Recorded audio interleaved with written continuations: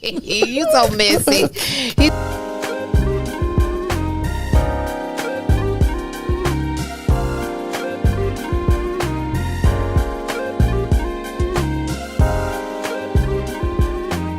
Oh, look at it. Whoa. Yo, yo. Yo, we are What back is in poppin'? the building. we are here. Y'all, We are this here. is Shift Real Talk Podcast. We talk about love, life, and relationships. This is going to be some real talk word today, y'all. Today, yes. So, with Yes. that being said, the topic we talking about tonight is be healed from what raised you. Ain't you tired of being sad? Or Ain't you upset. tired of being hurt? Ain't you tired of being mad? Yes, it's time to heal. Our parents, our siblings, family, we got to heal from it. I'm your girl, Lady Free. I'm your boy, Pastor J. That was dope. Yes, it's time. Ain't you that was- tired? That was a dope intro, yo. Ain't Like you had to- yeah, tired? that was dope. Come on here. That was dope. You right. You know what I'm saying? It's like, yo, ain't you tired? It's Excuse me. time. And we go on years holding on to this anger, Yep. holding on to being hurt, and we hold on to it, and we go years and years and years, and Yeah. go the years of this shutdown, and it affects the family dynamics, and Yeah. what it's supposed to be, man. That was awesome, Lady Yeah. Free. That was awesome, Yo, Lady it's Free. time to be free. It's time to be free. It's time to be Lady Free. I mean, you can't be me. I mean, you trying to be me. You can't be me. But yeah, It's it's time to be definitely time to be free. free, because a lot of us we carry the pain from our past. You know, Yes. our parents, they probably was in pain. They probably were going through their own struggles. Yes. And they still raised us. But I mean, Well, listen, we're gonna jump into it, man. You Right. know, and I got a couple of questions that and I think the questions are kind of gear off to the conversation with Okay. But the first question, since she was saying that, ain't you tired? Why is the relationship strained from the beginning? Why is the relationship the way that it is when it gets that way, or why does it get that way? okay, so this is my thoughts on it. Yes. When we're young, we get attached. Like as soon as you come out the hospital, one of my friend girls said the heartbeat. They lay the baby on the chest of the mother because the heartbeat. That's the beat that they know. That's the sound that they're familiar with. So it gives them comfort. That's an attachment. So what happens as our parents go through the things that they're going through, dealing with life and raising us, our attachment styles are formed. Mm-hmm. The relationship is often strained because the attachment style you have maybe was insecure. It wasn't a secure attachment. Maybe it was a attachment where you felt like you always needed your parents to be there, but you always had to watch to see what they mood was going to be like, or what kind of disposition they was in before you wanted to go like hug them or sit in their lap. You had to pay attention first. It's a lot of attachment styles that we deal with, and as we continue to get older, then those attachment styles become our norm. So Yes. sometimes it's strained. Yes, and I'm gonna hit it from another angle. I believe, as kids, we don't realize that what you gone through or what you're going through as parents. I'm a parent now because I was that kid. Mm-hmm. I'm a parent that we don't think that what as kids, they don't think what they go through we haven't gone through it. So when we tell them certain things, it's a level of rebellion. And do you know what that rebellion it draws a divide between the relationship, because it's like, I'm trying to tell you that if you go down this way, there is, at the end of this road, there is a brick, and if you hit this brick, you're gonna hurt yourself. And the kid is like, we don't go down the roads no more. But knowing that you are about to go down this road, they feel like, if you can't tell me the good, because you old school. That's old school. The new school, we don't just walk down that road. We get in the car on that road. Yeah, but at the same time, though, you got to understand, before you get the information about don't go down that road, what have you taught me? What have you, as my parents, yeah, taught that's me? true, Because a lot of true. it is just don't do this, don't do that. But have you taught me? Have you given me the tools? Do the relationship that we have, first of all, Yeah, before we yeah, say it's strained, yeah. it was a relationship already, a relationship at all. Exactly, and yeah, true. That's another. That's I totally agree. I totally agree with that. And what happens is, and I believe with that being said, it brings on a level of neglect because sometimes, let's be honest, life. It We does. we have to take care of this household. Right. So because taking care of this household, by the time we get home, the whole day just beat us up, and then now you don't really have time to even teach because you're tired. So it happens. So Not you even don't. not even what's happening on the outside. Yeah, exactly. It's stuff that's happening on the On the inside inside. Come on here. that the child is witnessing and that the Yes. child Hey, sees. Elijah. So we grow up with traumas. Yes. That's yes. not ours. That's not ours. And we have to live with it. So we interpret it a certain way when we're young. We interpret it through young eyes, immature eyes. And as we get older, those same eyes are we see situations around us and it triggers us, and then we go into all of these other emotions Mm-hmm. in our life. But the whole point is it went back to the fact that our parents were human. Our Yeah, parents yeah. were. Okay, so Oh, I'm going. Yeah, I'm you going into jumping. your next point. Yeah, well, the next question, because I Okay. got a couple of questions that is gonna get to Okay, and then gotcha. we're gonna bring it on home. Okay. All right. So Let's go. how does pride keep families apart? Hooey, pride. How does pride keep families apart? First of all, if I have a lot of pride, I can't hear you. Mm-hmm.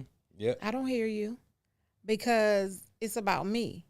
Mm-hmm. The biggest letter in pride is I. So there is no I when it comes down to a unit. I mean, it's in unit, but you know what I mean. There's no pride. There's no Yeah, I. yeah. It's like, look, it's about me. And if it's about me, it can't be about us. The Bible says in Proverbs, it says, only the pride cometh contention. Oh, If you are a proudful person, you're right, Lady Free. It talks, it you are the center. And Yep. and your purpose and your motive is to be driven by your emotion and not by the mentality or the heart of love. You're driven from an emotional level of pain or emotional level of not wanting to work it out because pride says, no, you hurt me. So because you hurt me, you're going to have to feel this. You know what I'm saying? Because you said something that I ain't like, then I ain't saying nothing to you because I'm going to distance myself. That's what pride says. So again, remember, it causes contention. According to the word of God, it causes contention. right. And strife. So And now we strife. arguing all the time Yes. about nothing. Pride. Oh, I'm sorry. Did I? No, I was about to say when all we have to do is just take the I out. You hear me, I hear you, and get an understanding. I don't have to agree as long as I have an understanding. And a lot of times growing up, the things that raised us didn't give us room to get an understanding. And go, you know what'll happen? You know what also happens in pride? Pride allows us to keep a record. Oh yeah. Oh yeah. It allows us to keep a record. I'm gonna hold everything you did wrong and hold this whole record. We keeping on to this. Right. I'm not gonna let go. You know how many people hide behind this? Puffed, y'all puffed up. You know, That's right. but pride it causes contention, but it also comes before the fall. That's right. That's right. Before everything fall apart, before you've hit the floor flat, Absolutely. there was some pride involved. Absolutely. And the word of God gives us these clues. It gives Mm-hmm. us these nuggets. The nugget, pride cometh before the fall. So if pride come before the fall and you don't want to fall, then you might want to check yourself before you wreck Yes, sir. yourself. Right? That's right. Elijah said, no one wants to take accountability because they feel like parents show favoritism. Exactly. Good evening, Patricia. How you doing, love? We love you Good much. evening. That's true. And you know what though? That's true. But a lot of times kids only feel like there's a level of favoritism because sometimes this is what they feel because as parents, we understand that each kid that we have multiple kids. Each kid is different. Mm-hmm. Each kid don't require the same treatment, or they don't require the same love. They don't require the same communication. But to a kid that is holding on to certain things, of course he's gonna feel like, oh, you treating them better than you treat me, or you took him and bought some candy, and they don't really understand what parents go through and what parents have to direct and how we have to direct each attention to each child differently. You know what I'm saying? Yeah. But but again, pride keeps the score, and instead of reconciliation, because we were talking about this last week and we don't even understand, and pretty much everything we talking about today has to do with reconciliation as far as the family is concerned, because I see it happen a lot. Thank God I got the opportunity to work in my field of profession now, and every day I'm counseling these young boys who are in ankle monitors, and each and every one of them they got a level of anger. They got, and they have to, and it's court appointed counseling that they have to take because of anger, their level of anger. So it's like, to see this happen and understand that the dynamics of the family is truly, it is compromised through today's culture. It is compromised through what parents and kids are not able to work out. It is compromised through there is no level of reconciliation, and we hold, as like pride, like I said, we said, why does pride keep family apart? Because a lot of times it ain't in our mindset to reconcile. It's in our mindset to continue to look at what you did wrong to me. It's in our mindset to continue to say, hey, I don't like what you said, or I don't even like the choices that you made as my parent. You know what I'm saying? So we hold these things, against our parents, and this is what we do. Let me read something real quick because I was talking about attachment styles earlier. What's up, Dad? Go ahead. And I have this. It says, just because I want to clarify attachment styles, there is a secure attachment style. There's an attachment style called an anxious attachment style. Yes. Then we have the one that's avoidant attachment style and fearful avoidant attachment style. Check those out because all of us fall underneath one of these categories. But let me just say, it says our earliest relationships, especially with parents or caregivers, often shape attachment patterns. We be saying, oh, I'm cursed. We got a generational curse. No, it's a generational pattern, okay? These are some examples. Consistent, responsive caregiving tends to foster secure attachment styles, right? Unpredictable caregiving may contribute to anxious. That's the one who's probably raised in a household where the parent is on alcohol, is an alcoholic or on drugs, and it's very unpredictable in the household. So you have a you're anxious all the time, right? And that's how you deal with relationships. Emotionally distant caregiving may contribute to avoiding attachment styles, because if you're emotionally distant with me growing up, I'm going to avoid getting too close, because if I get too close, it may trigger that, oh, wait, this person is going to like distance themselves from me, so I'll do it before they get me type stuff. Then frightening, chaotic, or highly inconsistent caregiving may contribute to fearful, avoiding attachment patterns. These patterns are what helps us to gain relationship as we get older. That's how we learn to relate to people, through the patterns our parents help us to understand that this is how love comes. This is what security is. This is, so we learn how to deal with people based on those patterns. Absolutely. And the thing is, what we're talking about today is being healed from what raised you. So if those are some styles and some patterns that you were raised in, it's time for us to be healed. Yes. And a part of that, as Pastor Jay was just talking about, is pride. The fact that you won't let nothing go. and everything becomes about you, probably because growing up you didn't have people around you and you wish that somebody did praise you and somebody did pick you up and hug on you, so you became that person. I'm gonna do it for me. Yeah. And you know it's so funny, not funny, but this is sad because what happens is pride, I believe pride is the main thing that really separates the family. Pride, because pride says, as my parent, you don't deserve forgiveness. That's what pride says. You don't even deserve forgiveness because what you did, it hurt me so bad. You don't even deserve forgiveness. So what we do is, found myself dealing with that, and what we do is we hold on to it because we say, what you did so bad, I can't even forgive. But do you know the Bible says that you must forgive one another just as Christ forgave you? Yeah. So you must, there is an expectation to forgive. You have to do that. You know what I'm saying? So we can't allow pride to, we got to deal with that pride.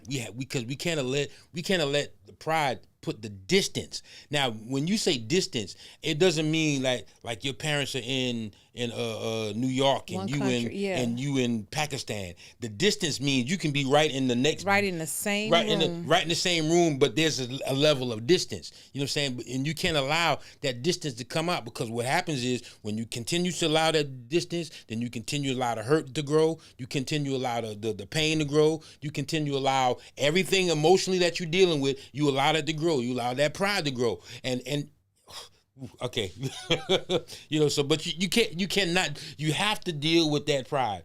Pride says, I'm not calling first. I ain't calling. I'm not doing that. You know what I'm saying? Pride says, they hurt me, so let them come to me. Right. Right. Pride said, I don't need them. This is all what your pride is saying, knowing that this is not what your heart is saying. So your pride and your heart is not even lining up, because you do need them. You want them. Right. In your heart, you really want them. Yeah. But you can't let on that you want them, because then that means that they get away with what they did to you, and you need to make them feel it, because this is what you did to me. So if you want to have a relationship with me, you better call me. Yeah. If you want to be, if you want for me to forgive you, you need to ask me for forgiveness first, because you hurt me. Exactly. And do you see how having that attitude? Yeah. When you have that attitude, now when it comes time for you to be able to talk about it, now what you're arguing everything that your pride done put in your head. Not the fact that in your heart should be a level of love that you're coming together to work it out. But what you want to talk about now or discuss now is how you emotionally feeling, because your pride done driven up how you are. So this is what we got to talk about. You know what I'm saying? Yeah, but I don't believe pride is the only thing, because there's pain. You have pain there. As a parent, as children, we didn't realize our parents were human.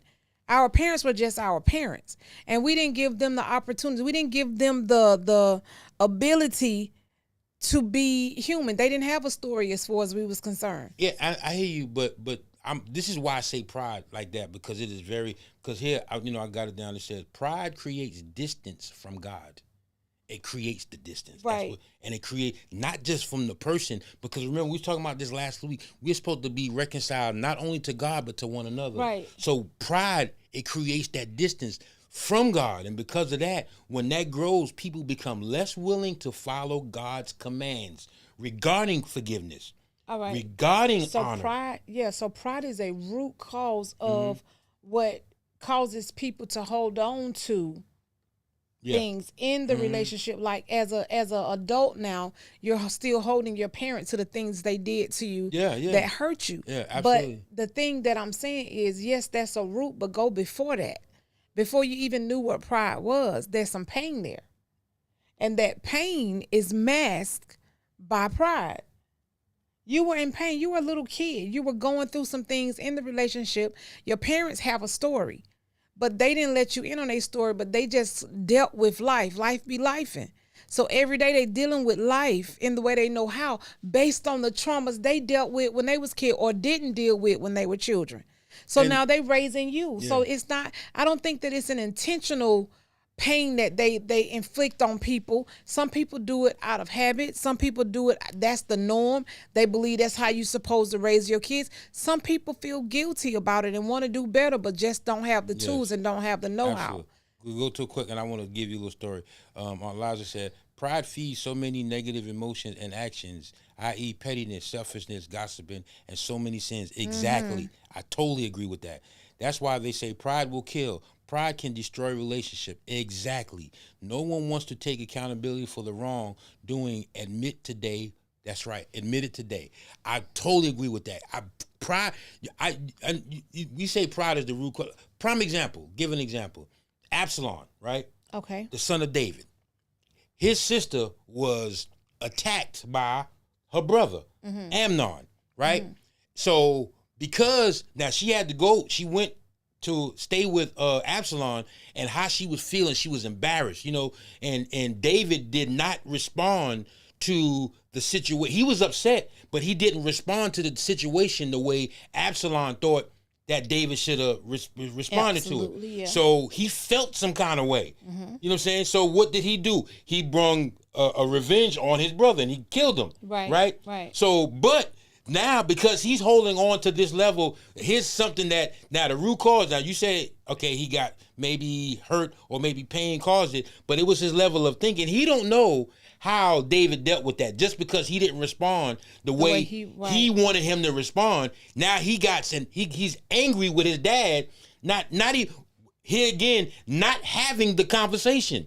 So again, this is what I'm saying. So because of pride caused him to respond instead of at least having the conversation. Hey, Dad, what happened? Like, why do you, I feel like such and such and such. At least. But could it have been anger that caused it? Well, it's still. Because what I'm saying is pride is not the only root cause. Yeah, I got you. It is one of the major causes. But could it have been anger? Because... And then we don't know, the word of God don't tell us how Absalom was raised up around in David's household. Yeah, you don't say that. There could have been some things that caused him to feel that the way David handled it, he always, trying to whatever, you don't know. But the whole point is there's some underlying things that happen that cause there to be patterns that were created, so that's why we deal with the things we deal with, because of the patterns that were created by our parents, who also had their parents by their parents, who also, and it goes back and on and on and on. And that's why we have to break these patterns and heal. Because if we don't heal, then our children and our children's children will have these same issues, and it will be generational in your bloodline. You do not want that. So we have to heal. So how do we deal with pride? How do we deal with the anger of the parent not being there for me? Take accountability. Communicate. To deal with pride is look to reconcile, not look to win. Don't try to win the battle with your emotions. Look to listen. You know what I'm saying? What did the Bible say? It quick to listen and slow to anger, and to slow to anger. So listen. Listen. You know what I'm saying? Slow to speak. You know what I'm saying? Yeah, slow to speak. That, you know what I'm saying? Right, I got you. All right, but here's another question. I want to ask y'all this question. Here's another question. Okay. How can children honor parents while dealing with past hurts? To honor them. That is a good question here. Right. To honor them. Come on. I want y'all to answer that out there. I'm sorry. Go ahead. Okay. All right. To honor them doesn't mean that what they did is excusable. To honor them means the way you talk to them still should be a level of respect. True. To honor them means that when you come before them, you're not always angry. And the way you talk to them is in a disrespectful manner.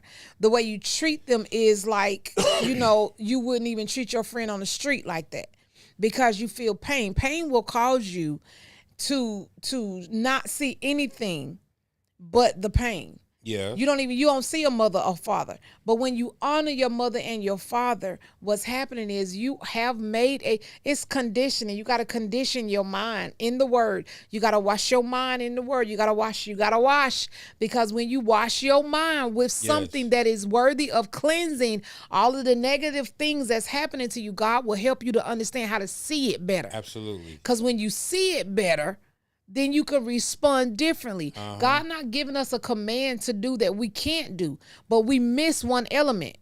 There is some pain that was caused, some hurt, some whatever that happened in the relationship. There is a reaction that you have when you come in the presence of your parents. The thing in the middle of all of this is the washing with the word. If you give it to God and ask God to help you, because nobody else gonna be able to give you the advice you need, Yes. then God will help you to see them as people. He'll help you to see them not just as your mom and dad. He'll even probably help you to see their pain, why they did what they did, and give you compassion for them. He helps us respect and honor our parents, but we gotta ask.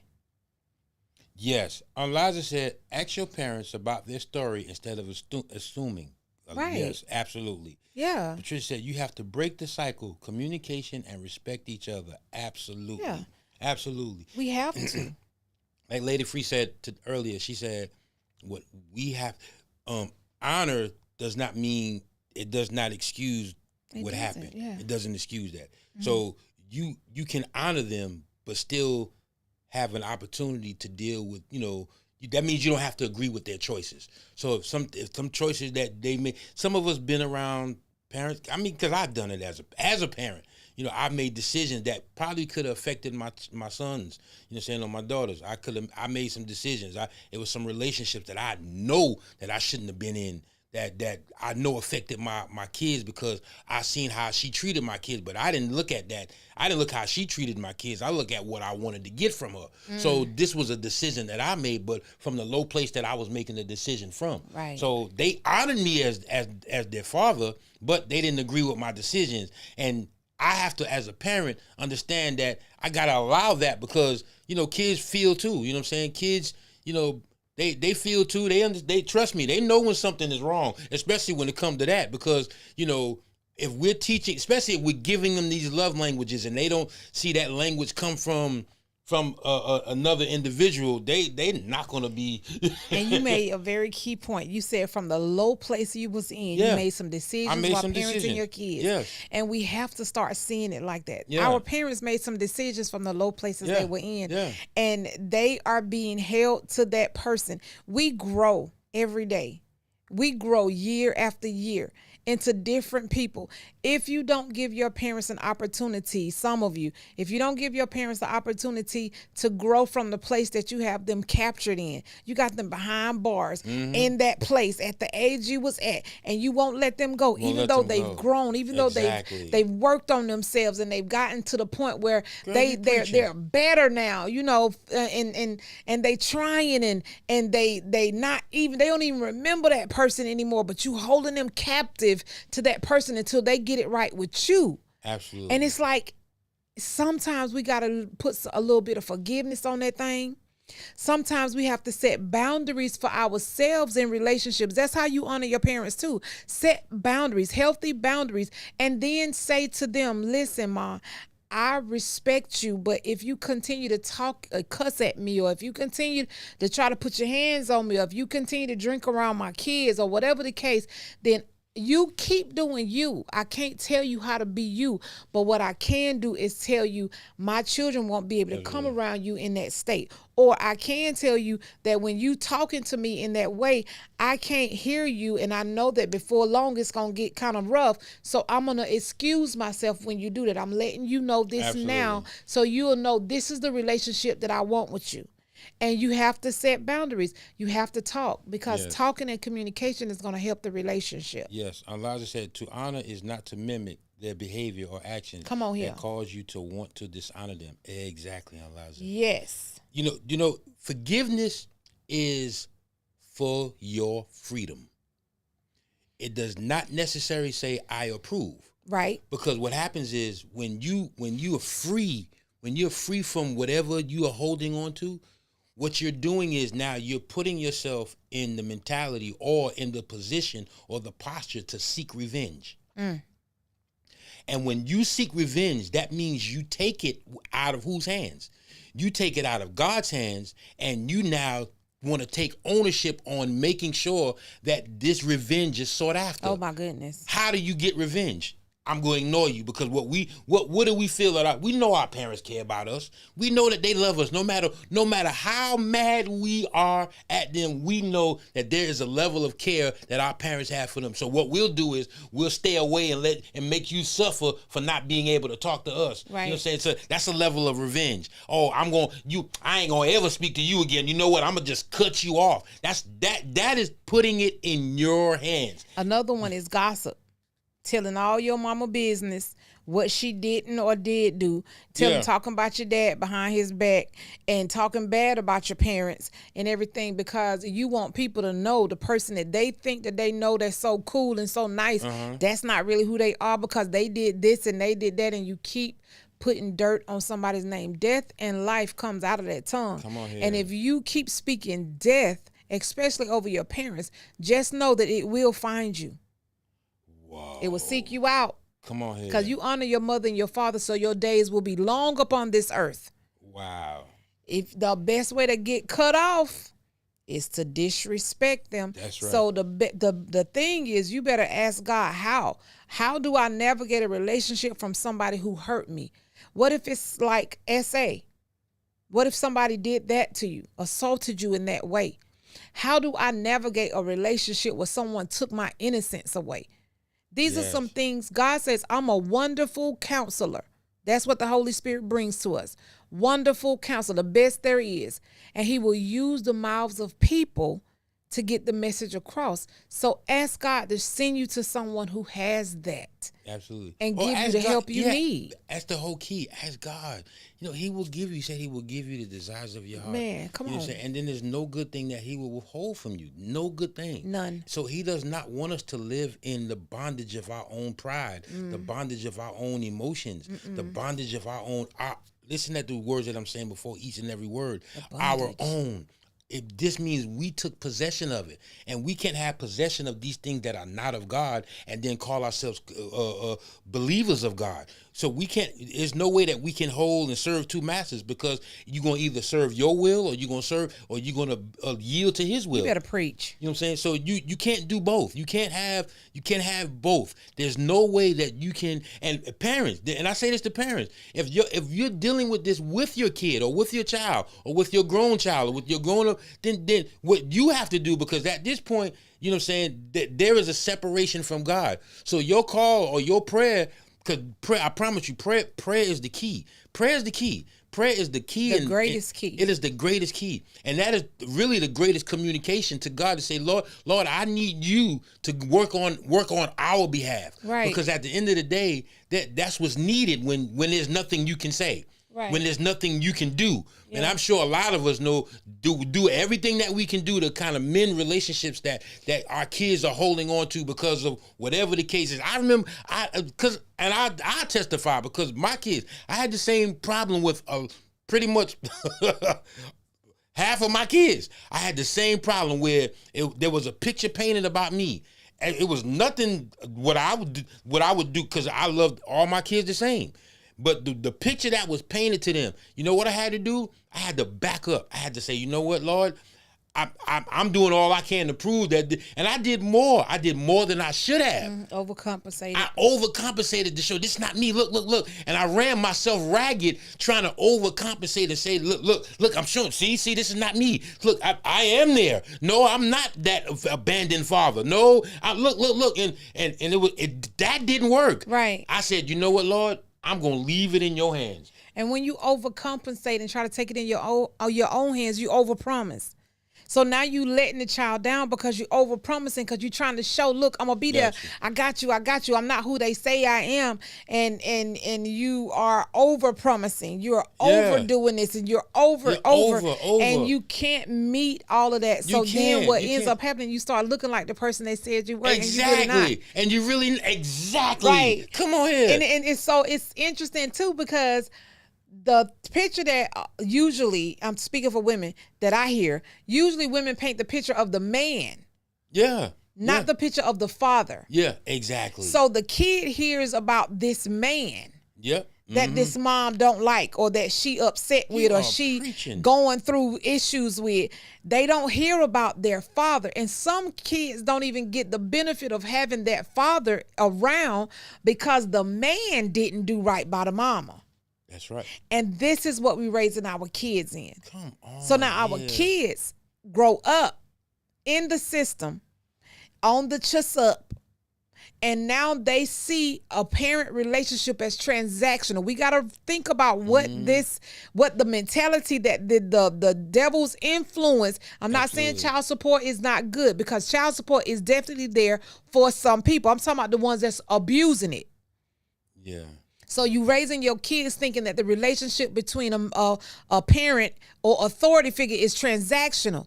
Then when they grow older, they don't spend time with their kids. They just give them things and give them. And you wonder why my daddy ain't no good daddy. No, he is. He's the best dad he know how, because he's mimicking the dad that he had. And this is what we doing to our children. Absolutely. Patricia said, my granddaughter calls it helicoptering her. I would like to understand what that means. What, you trying to fly over her head or something like that? Like, no, okay, so the helicopter parent is the parent that's always like hovering. A helicopter hovers. So at school, they all, hey, what's going on? Where's she at? What's she doing? It's like you can't get no breather because they always there. They always there. So that's what the helicopter parent is. It's that parent that, that parent gonna be at every PTA. That parent gonna be up at the school. That parent gonna be. It's a good and bad to it. Call me Chopper 57. Call me Chopper.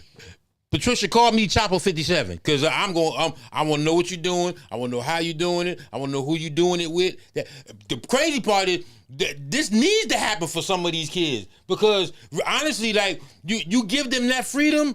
Oh man, and man. But it got to come from the right motive. It can't come from a motive of control and fear. Yeah, no. Anything you do out of control and fear is not. I understand that, but this is not control and fear. This is a level of, hey, I'm helping, guiding you, because sometimes. No, you didn't even know what a helicopter parent was. Half the time, helicopter. There's, like I said, there's some good and some bad. Okay. But half the time, the helicopter parent comes from a level of control and fear because of the world we live in. Yeah, but she explained it. That's what she did. Okay, we got to do it. We can't do it out of a spirit that God didn't give us. He didn't give us the spirit of fear. We have to do it out of the thing of a concerned parent. Yeah. I need to know what's going on, because we relate that fear to our kids. Now our kids have a fear on them that they didn't even need to have on them, and we giving them something God didn't give us, that spirit of fear, because we're trying to control the situation. And usually when control is involved, that means that inside there's a level of insecurity. You don't feel secure. But we got to find our security in God, because there's no security out here. Absolutely. So I got another question. How can parents rebuild trust after making mistakes? Consistency. You have to be consistent with them. I say, y'all answer that out here for me too. Y'all answer that. Dad, you answer that. How can parents rebuild trust after making mistakes? I say own up to it. Accountability. You know what I'm saying? Yeah. Proverbs, the book of Proverbs, it says, whoever conceals their sin does not prosper, but the one who confesses and renounces them finds mercy. Yes, that's why we gotta stop you gotta stop hiding. We hide so much. Yeah, we hide so much. But the world we live in today, hide information. Yeah. We hide our mistakes. We hide our feelings. Yeah. We hide our emotions because we gotta be tough. You know, we don't want to look like this. We made a mistake. Right. Do you understand? But because I am straightforward who I am, mistakes and all. When I got back with Lady Free, when I got back with her, it was like because I was so confident in myself and dealt with everything that I needed to deal with. When I got back around her, I was like, look, this is me, unapologetically. Look, take it. And that was the beginning. That take it or leave it. Wait, that's how you saw it. It was an onion. It was layers on it. Because yes, you said, look, this me. And that was the beginning. But then as we peeled back layers, that's when I started finding out other stuff that some of which I had to find out on my own. And those things are the things that people hide. They don't want you. It's hard to show. I don't care who it is, especially if you love someone. It's hard to show your flaws. So as people, as parents, we not trying to show our flaws, but when we become more transparent, see, the world got us. It's so unforgiving today. If you make a mistake, it's recorded on social media. It's somebody took a picture, a video, and you can't get away from the mistakes you make. Gotcha. So with that being said, we got to start being more transparent because the devil can't do nothing with a secret that he don't have. Yeah, my dad said, he said, I felt like my mother didn't like me because I would get the severe beat down out of all 12 of my siblings. He said, I mean, she would snatch the ironing cord and would leave me bloody, and it seemed to me for no reason. I remember coming home the night President Kennedy got shot. You're telling your age, Dad. He got killed. I got hit in the head with a dart. When I came home that evening, she was laying on the couch watching TV, and she asked me what was on my sweatshirt, and I said nothing. And she asked me again, and when I told her what happened, she got up and got the ironing cord and tore my behind up. Wow. Wow, Dad, The I didn't know stories. that. Wow. Wow. But you know what? Too, like, this is one thing that we, Wow, that Dad. Lady Free said earlier, too. A lot of times that what we don't realize is that our parents were wounded as well. Yeah. And sometimes those wounds are transferred or passed down. And this is sometimes what we deal with, the wounds of a parent. And then what happens is because they're wounded, certain things that we say or certain things that we do remind them or trigger those wounds that have not been dealt with. Yeah. So we trigger a lot of wounds of our parents who are not healed. And trust me, some of us are wounded babies, meaning that we weren't hurt, but we were created out of somebody's wounds. Yeah. And if that was a feeling, Not the womb, but the wounds. yeah, right. Yeah. And the thing is, what we don't realize too is the ones that feel like they were singled out in the family that got the most whoopings or got in trouble the most. We don't know the story behind why. Yeah. They didn't tell us the reason why. We probably looked too much like our father or acted too much like him, or it was something internal that happened, and the story behind that caused there to be some resentment or whatever. Who knows what the stories are? But at the end of the day, like Pastor Jay said, our parents were wounded too. And then they wounded us. And then what we did, we went to an extreme. Either I'm never going to whoop my kids because how much of a whooping and beating I got, or Absolutely. I'd take on the same thing that they did to me, even though I didn't like it. This is what I know, and I do it. There's a balance in the midst of the both. There's a balance. We have to start Absolutely. finding the balance. Absolutely. And we have to start relating. The relationships are only how we relate to each other in the good times and the bad times. Absolutely. This is we got time for one more question because this one I think going to lead us out. Okay. What does reconciliation? And I need y'all to answer this, Patricia.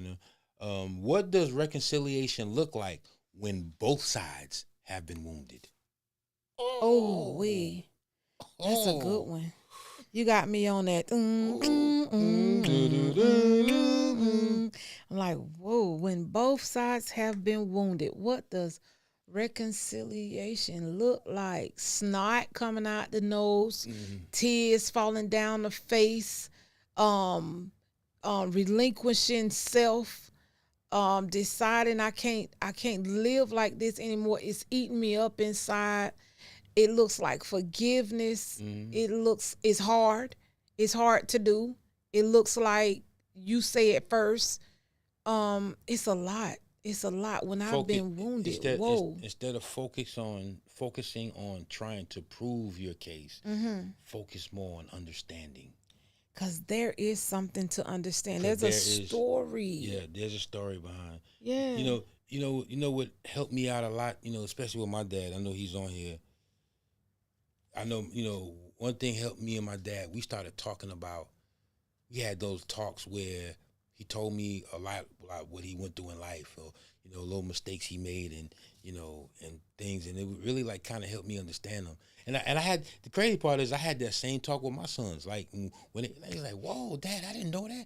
Dang, Dad, I didn't know you felt that. And I was just open and honest with them. Yeah, I did that. Yeah, Dad did that. At the right time, though.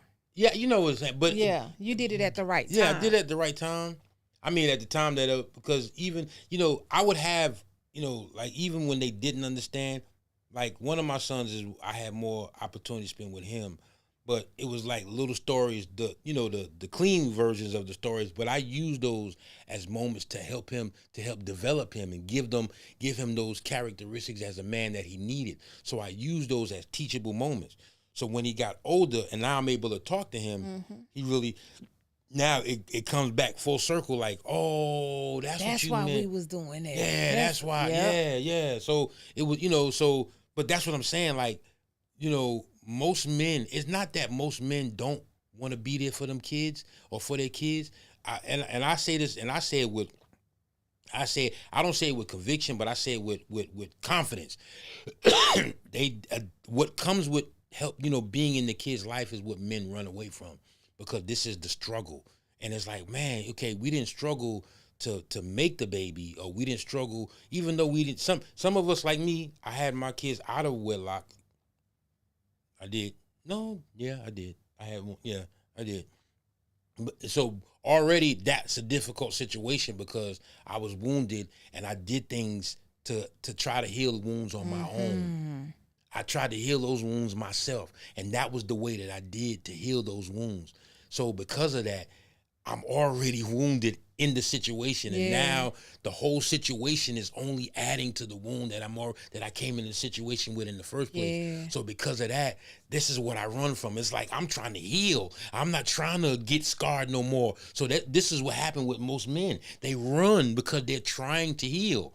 So this is why I say, take your time, understand, work things out, work yourself out, work out your own soul salvation. You got to work this out. Yeah. You know what I'm saying? With fear and trembling, you got to work it out. I have some comments. Yes. Patricia said, this is what reconciliation looks like when two people are wounded. Yes. She said, confession to each other, crying and hugging, and loving on each other. Absolutely. Joining closer together with one another. And That's right. Liza says, understanding what caused the wounds or the break. You got to get an understanding. Yes, and that's what that's the grace. That's the grace, y'all. That's the grace. We got to get an understanding. Absolutely. And sometimes you won't ever get the explanation that you need from somebody because maybe they carried that wound so long or what happened to them so long and it's embarrassing and no one taught them how to deal with the shame. Absolutely. So they just carry it. They will not talk to you about their story. But you have to trust that God will show you and give you compassion for that person and have an understanding without the details. Look, listen to this, y'all. The book of Romans says, if it is possible, as far as it depends on you, live at peace with everyone. Right. Live at peace. Live at peace. So that means focus on healing, not winning. It's not how the Bible says the race is not given to the swift nor to the strong, but to he that endureth to the end. The whole point of this race is that you're the only one in this race. You're not running against anybody. Right. The one. You're the only one in this race. So what I'm saying is there is not somebody you have to beat to get where God is taking you. Yeah. There's not somebody you got to fight to get where God is taking you. Because God is in this battle. And he said, if 2 or 3 are gathered in his name, that means if you have the heart to work it out and the other person has the heart to work it out, but you don't have the information to work it out, God's saying, I will be in the midst. Right. I will be in the midst of you guys coming together. Yep. Coming together to work it out. Yep. So let's understand that, being at peace. David was wounded by his son Absalom. Why? Because he rebelled against his father. Absalom was wounded by his father because he felt his father didn't respond to his sister's justice like he should have. But what happened, because them two did not come together, death was the result in them not coming together. Because Absalom was killed. Yeah. So again, we can't allow this to happen, because of pride, because of, pride comes for the fall. Pride can't let us not want to work the situation out. because we don't know the result, or we don't know that's going to happen, because everywhere in the scripture it tells us that we should work it out, that we should forgive, that we should live in peace, that we should listen, that we should be slow to anger, that we all through the Bible it says this. So again, if whatever you done, and two, remember this, we don't know some of the things that we say that may have hurt somebody along the way. We may don't know. It's in main thing about our kids, because this is what we're talking about today. But we don't know. We may have said something that even our parents, our kids may have said something that really rebelled against the parent. You know what I'm saying? So, with this being the thing that is the divide, or the thing that keeping the distance between us. Remember, when you're creating distance, what you're doing is separating not only from the individual, but you're not allowing God to take control of the situation. Mm-hmm. So you must allow God to fix it. Allow God to work on your heart. Allow God to say, it's not about me winning. It's about me healing. It's about us healing. And do you know, when you work this out, then what you do is now you practice a level of consistency, and now working out situations, not only in your family, but on your job. Not only on your job, but just in life. You know what I'm saying? You're learning these characteristics of love, but learning to work it out. Because the Bible does say that if you have an ought against your brother, you go to him in what? In love. Yeah. God is going to be there when you go to him in love. Listen, brother, I know I may have said something. I was in my feelings. I felt a certain way, but I'm sorry. You know what I'm saying? You don't know how long sorry goes. Sorry goes a long way. And that's an antidote to pride. Yeah. That thing of, you better come to me first if you want my forgiveness. He says, if your brother has an ought against you, honey, he said, you put your stuff down at the altar and you go to them. Yes. Don't wait for them to come to you. Absolutely. Now, I want to also say something too. Emotions and feelings are the worst leaders. They try to lead our lives. Mm-hmm. They're the worst leaders because our emotions lie to us. Our feelings will lie to us. They're fleeting. 1 minute they'll tell us one thing, and the next minute they'll tell us another thing. Mm-hmm. So we have to make sure that we are not governed. That's not the government of our decision making. We're not governed by our feelings. Feelings is a big thing today. My feelings matter. They do.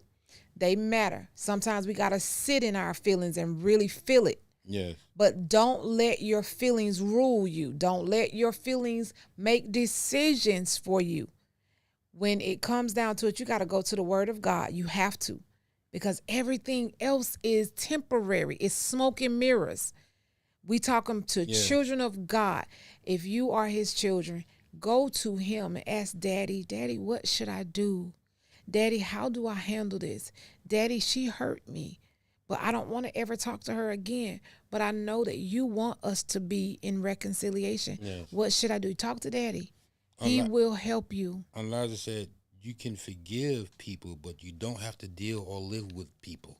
Is that true forgiveness? Is that true forgiveness? Because the comparison you gave here was forgive like God forgives us. So a lot of times we are not even in the will of God when we don't forgive like God forgives us. Okay, wait. So what is Aunt Liza asking? She said, no, she didn't ask. She said, you have to forgive. You have to forgive people, but you don't have to deal or live with them. And my question was, is that true forgiveness? If you say, I can forgive you, but I ain't dealing with you no more. Because you hurt me. Boom, boom. But is that true forgiveness? I'm thinking. Is that true forgiveness? That's the question. Is that true forgiveness? I'm thinking forgiveness. If I forgive you, then that means when I am around you, that forgiveness shows. It doesn't mean, because you have a choice. You still have a choice. Whether you don't have to be around everybody. You don't have to live with, you still have choices. But if you are still harboring anger, and that's the reason why you don't want to be around them, that's not true forgiveness.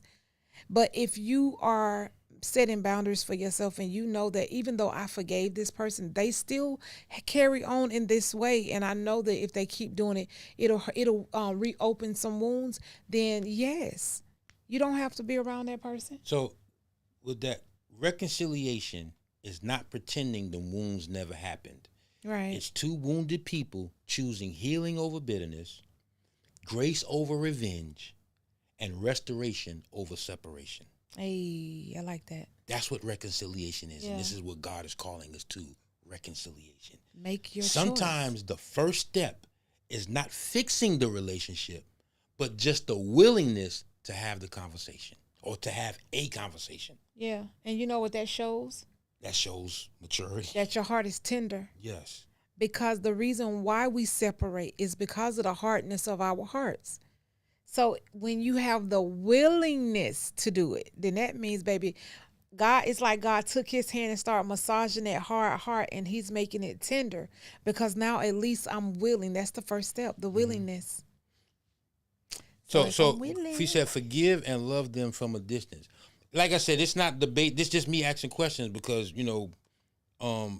does God love us from a distance? So would that be the comparison of love? Because if you love somebody, no matter what they've done, you know what I'm saying? And like I said, it ain't the fact that you getting into a relationship with them, but when you truly forgive somebody, you know what I'm saying? Like I said earlier, forgiveness is freedom.